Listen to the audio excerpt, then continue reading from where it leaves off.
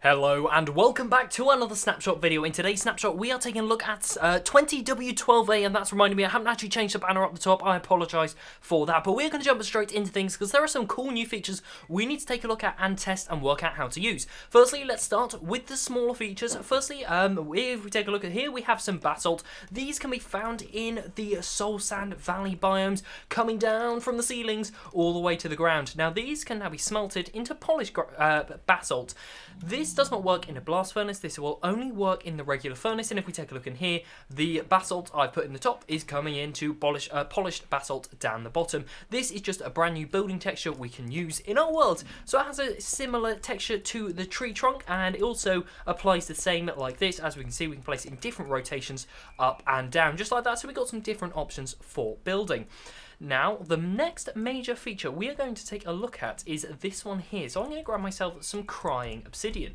If we grab ourselves some crying obsidian, just like that, I'm going to drop those off into my inventory.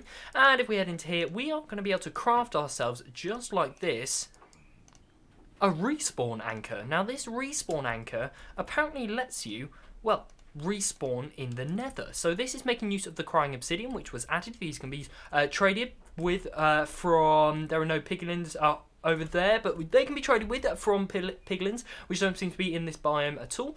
But if we charge this up with glowstone, so we charge it right click once, right click twice, 3 times and 4 times, you'll see this lights up. It lights up, it's got cool animation on the top. This is super cool animation, I really like this. Now I'd like to see how this actually works. So what we're going to do is we're going to jump into game mode survival, just like this. We've put that up, and apparently this should let us respawn here.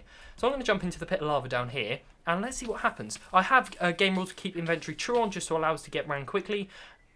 And we're in the overworld. So I've tried this a couple of times and I always end up in the overworld. So I'm not too sure on the functionality of this. So again, help me out down in the comment section. Let me know what you think is going on. So yeah, we'll give it one more go. Let's place another one down and let's do it in survival mode and see if that allows us. So as we can see, there's no inventory UI. We can't right click. I'm right clicking here and we can't access the inventory. So let's right click. Let's just do it. Let's do it 4 times like that, and this should allow us to respawn 4 times. So we're kind of charging up with this glowstone here. So let's jump back down into the lava and see if it works this time.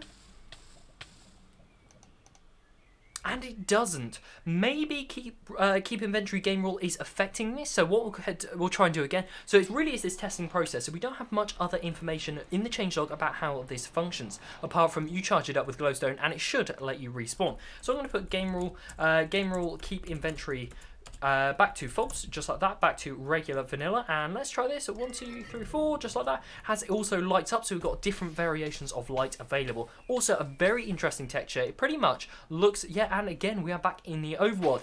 Well, alongside this we have some other features and bits and pieces we can take a look at, and there's my portal just there. That is my quick entrance to the nether.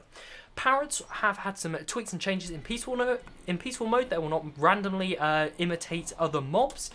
Fishing farms, AFK fish farms, have now been removed from the game. Now the way they've been removed is treasure loot can only be gained from fishing in the oceans in large areas of water. This means that you are no longer able to have that 1x1 fishing farm that people use early game in Minecraft. Those are no longer able to work.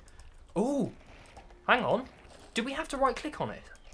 I've just right clicked on that one there. Let's try and die. Maybe I've been playing this a little bit wrong. Let's jump back into here and see if we respawn here in the nether. And here we go.